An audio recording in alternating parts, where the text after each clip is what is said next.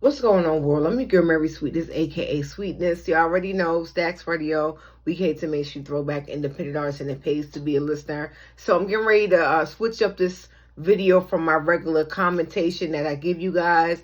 I wanted to address the Nicki Minaj and Megan Thee Stallion situation. Now, if you guys don't know, I am a fan of both. Some call me a Barb / hottie. It's no.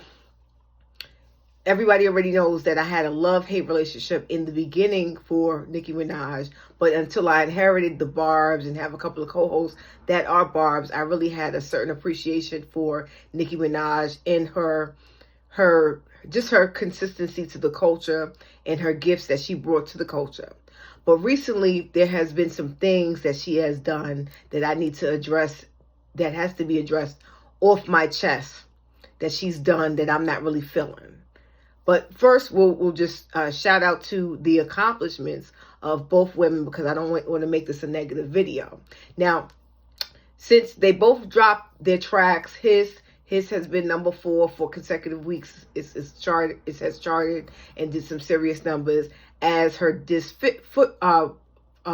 So they're both doing pretty well. So congratulations to the success of the women. Now, I don't know if this is how the hip hop does, where, you know, maybe the behind the scenes have been setting it up where these women are supposed to come for each other. Nicki has been consistent as far as throwing jabs consistently, and Meg has been going silent, as she should, because she's showing that she's unbothered. But deep down inside, I know it's possibly affecting her, especially when it comes to a parent, because I know it very, very well. I've lost both of my parents. So I'm just a little bit frustrated and annoyed at Nicki Minaj, very disappointed at someone that calls himself not only a queen, but a child of God. Now, Nicki, you got everything that you ever possibly wanted in the hip-hop game. You've been consistent. You've been the GOAT in this industry, and you've been holding it down for over a decade. And every time someone gets on the Nicki Minaj feature, their numbers do well, and you catapult their career as well as your own. You have a loyal fan base, and you're extremely talented. However, every once in a while, Nicki Minaj will let her crazed fan Barbs do something that's uncouth and out of line. And it just makes me question, either Nicki Minaj either has a black heart, or she secretly has something mental going on with her, or she secretly just doesn't give a F. Either way, I'd like you to address it, Miss Nicki Minaj. Just recently, someone has doxed Megan Thee Stallion's mom's grave. Now, doxing, hip-hop, you guys could leave it on wax all day, but when it comes to personal stuff like your parent, you know exactly how it feels, because you recently lost your dad, R.I.P. to him, and R.I.P. to Megan Thee Stallion's mom. But after the doxing, you didn't even address it. You didn't even address your Barbs and say, listen, that's out of line. It's uncalled for. The only thing that you said on the podcast with Joe, I don't know where I saw it somewhere, where it was flipped, where you didn't want to address it, but it was disgusting. But you should have addressed it right then and there. Like, listen, I might have a problem with the girl, but I don't condone y'all going too far for her jugular. That's disrespectful. No. You already know that song was going to put a battery in somebody's back, especially your Barbs, that they would go there. So it's not above the rim that somebody would do that is a ride hard for you. Now, that just goes to show me that you have a black heart and you're secretly a bitch. Now, Nicki Minaj, I used to love you down. Your perfume, Onika, I rock that.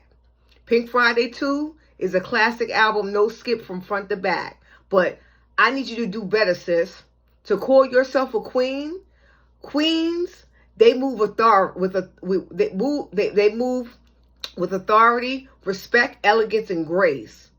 This thing that you've done has tarnished your brand, and it speaks volumes to your character on exactly who you are, which is a vindictive, mean-spirited, inconsiderate, cold-hearted person. Now, I could be wrong. I don't know Nicki Minaj. I ain't never met her. I like I told people, I used to like the mixtape Nicki. At one point, I didn't particularly care for Nicki because I thought she crapped on Little Kim. Truth be told, she took Kim's swag and ran with it. But the good news is she took Kim's swag, ran with it, and made her own lane. That's what I respect about Nicki Minaj. But I don't respect about Nicki Minaj is the simple fact that the girl is so blessed and she still feels like people need to bow down and kiss her behind. Where did we get this complex where you feel like you bigger than God? That's what I have a problem with Nicki Minaj. You don't G-check nobody and you feel like you the only one and need to be the only one in this hip-hop game. Nah, sis. I don't respect you going spar with somebody in their 20s and you're a seasoned grown woman that's her senior and that could teach us some things. Now, the Hot Girl Summer, yeah, you did that. Pink Friday 2, you did that. Consistency, you did that. And you do have some classic records. But the things that you doing, taunting and weaponizing this girl's mother's death against her, it's totally uncalled for. I don't care. That Megan's Law stuff, it's not that serious. You married who you married. You love who you love. You addressed it on Pink Friday. But as far as sparring with this girl going back and forth, that's why people are questioning if you do something else. Because you're acting unhinged. When what you should have did was let the album Pink Friday 2 speak for itself. Because Pink Friday 2 is a dope album. You're just letting me know that you're insecure and that you don't want to give up the throne. Well, let me tell you something, sweetheart. Every dog got his day, and what is up must come down. Now you know how Kim feels. Anyway, with that being said, what's going to make me feel better as a commentator of hip-hop, I'd like to issue up a challenge for Miss Megan Thee Stallion and Miss Nicki Minaj.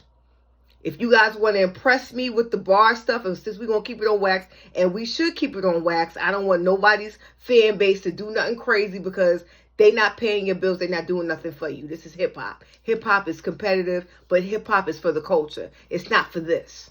But let me tell you something. This was going to make me feel better as a commentator. The fourest, hottest MCs in the game that ever had an issue with Nicki Minaj get on wax with Megan Thee Stallion to do a diss track. And the 4th to 5th hottest MCs that ever had a problem with Megan Thee Stallion get it on a diss track. And let's get your hottest DJs from where you're at, do a mixtape and you issue it out. And it could just be a song or be a consistent of songs.